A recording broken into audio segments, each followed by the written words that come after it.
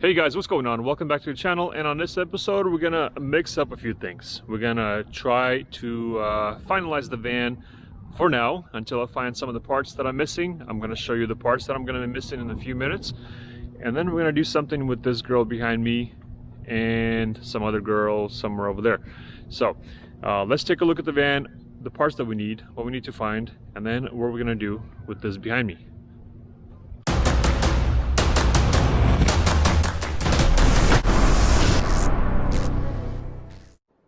Alright, so here's what I'm going to do with the van for now. I'm going to go ahead and actually zip tie the bumper right here the best I can, because I realized that I'm actually missing a plastic bracket right here. It broke off, supposedly I guess from the accident, even though the other fender was damaged, but this one was not, but it was still broken off. So I need this piece right here.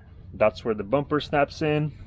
Also, what I decided to do is look for another headlight with the bracket that's broken off right here, because it mounts here from the fender to the headlight, and you got this metal piece right here that was bent. This one right here, that's where the bumper slides in and holds in place, holds its form. So yeah, I'm gonna see if I can find the headlight with this piece not broken off, and hopefully with the metal bracket that's not bent. And this headlight, I'm going to take it to the place where I bought it, and I'm going to show them that this piece was broken. And the reason I didn't see it, because they actually sold me the headlight and it was shrink wrapped. Like the whole thing was shrink wrapped, so I wasn't able to unwrap it and look at all the brackets. So that's kind of a mistake on my part, but I'm going to go back and see. Hopefully they'll either take it back or whatever, so we'll figure it out. Another thing I'm going to pick up is the hood latch, because this one was completely smashed in. I straightened it out the best I can. It's not perfect, but for now I just installed it just so I can latch the hood in place. And honestly, I'd just rather buy a new one and know that it's 100% straight, not bent, so that way I can go off of this and adjust the hood exactly how I need to, lower this or whatever, because this piece is a little bit wobbly. It's not opening that easy, and yeah, just better to start off with something new and go off with that. Also on the back, I found a silver bumper that's kind of damaged, but I got it for a pretty good price. I think it was like $120, so it's pretty cheap. Usually these bumpers on the rear, they're about $300, $400, and I'm just gonna use it for now, and then keep an eye out for the gray one so I don't have to repaint it. But if I have to repaint it, it's not going to be a big deal, because this is a fairly cheap bumper.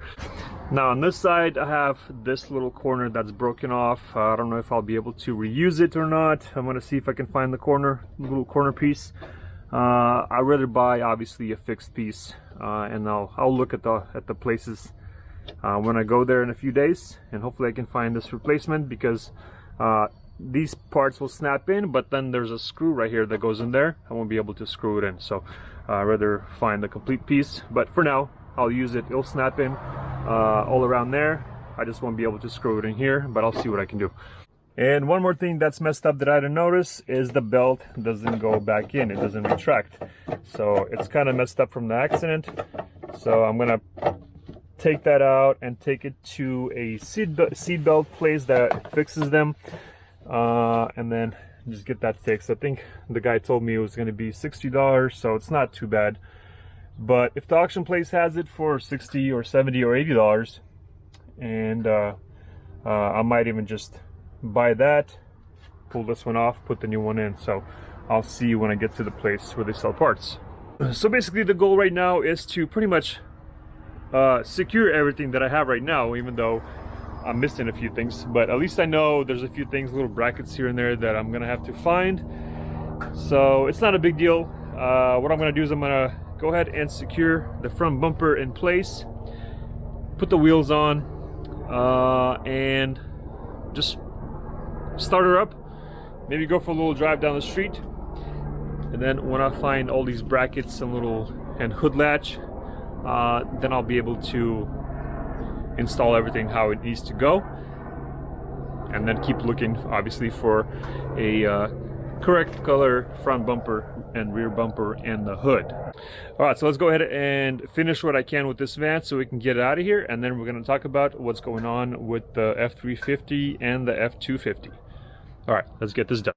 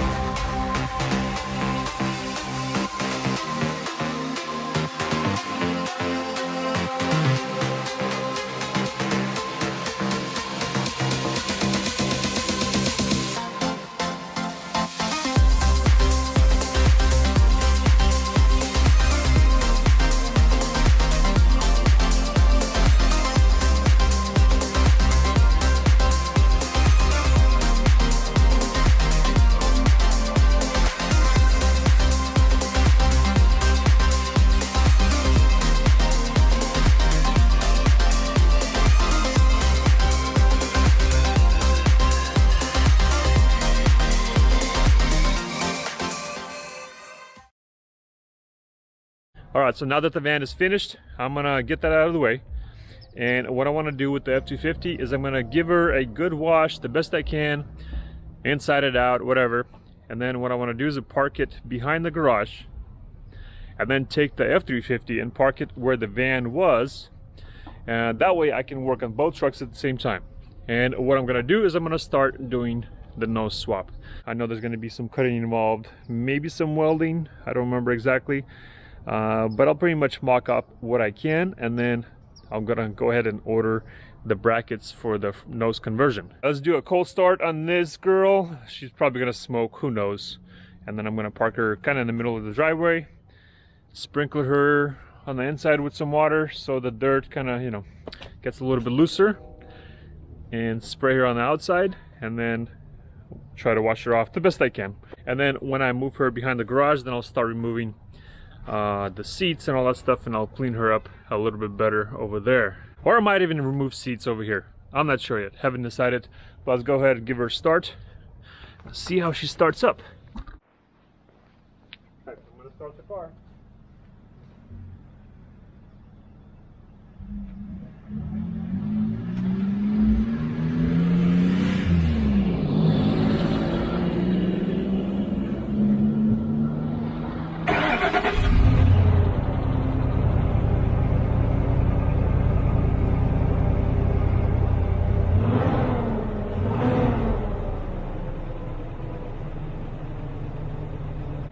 I mean, she started pretty good, seems to be idling pretty good, no issues.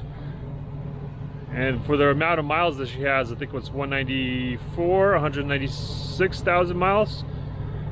I mean, it runs pretty good, honestly. 6.2 gas engine. Seems to be like a pretty good engine. They probably took care of the oil changes and all that stuff, but inside, not so much. All right, so let's go ahead and give this truck a wash, kind of clean up the best I can so I can work in a slightly better, cleaner environment, because the inside is horrible. So I'll wash off the inside with the hose or just whatever I can. It's pretty bad. So we'll give it a wash, wipe her down, and move her behind the garage. All right. Let's go.